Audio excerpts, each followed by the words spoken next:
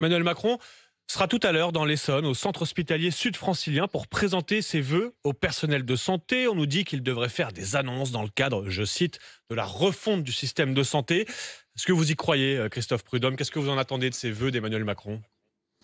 Bah écoutez, pour l'instant, on n'attend pas grand-chose. Vous savez, on sort d'une période avec le vote du budget de la sécurité sociale, avec une augmentation qui ne couvre même pas l'inflation. Donc, ce qui veut dire que, alors que nous manquons de moyens en ce moment à l'hôpital, l'an prochain, enfin cette année, puisque maintenant nous sommes en 2023, nous en aurons encore moins que l'an dernier. Donc, vous comprenez bien que le président de la République est peu crédible.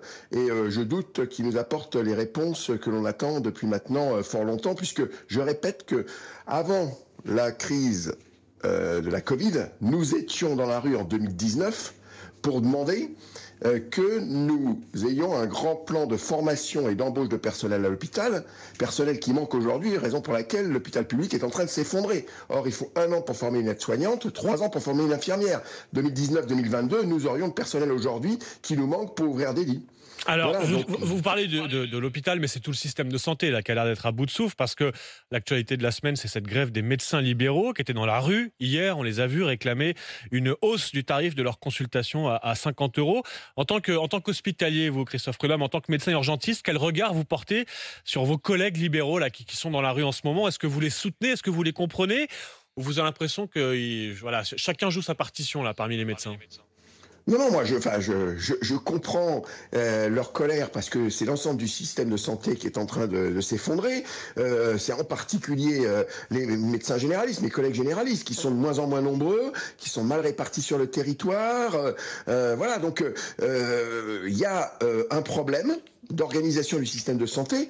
Alors après, bon, toute grève, moi je suis syndicaliste, donc je vais pas critiquer, vous avez le droit de grève. Après, il y a les modalités de la grève. Là, je suis beaucoup plus critique. Vous savez, quand nous sommes en grève à l'hôpital, nous continuons à travailler. Nous portons un badge, nous faisons signer des pétitions, nous mettons des banderoles. Je pense que mes collègues libéraux auraient dû réfléchir à leur modalité d'action.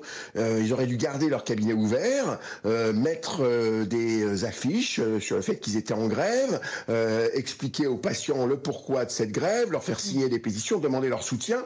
Là, ils sont en train de se couper de la population dans une période où il est très difficile de se soigner.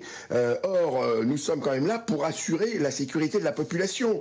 Donc, fermer les cabinets alors que dans le même temps, il est très difficile d'avoir accès à l'hôpital, que le gouvernement demande aux patients de ne pas venir aux urgences et d'appeler les centres 15 qui sont engorgés et on ne trouve plus de cabinets ouverts, cabinets qui aujourd'hui sont de moins en moins accessibles parce que il y a eu des évolutions qui font que vous pouvez plus joindre votre médecin par téléphone aujourd'hui, vous tombez sur des plateformes type Doctolib ou autres.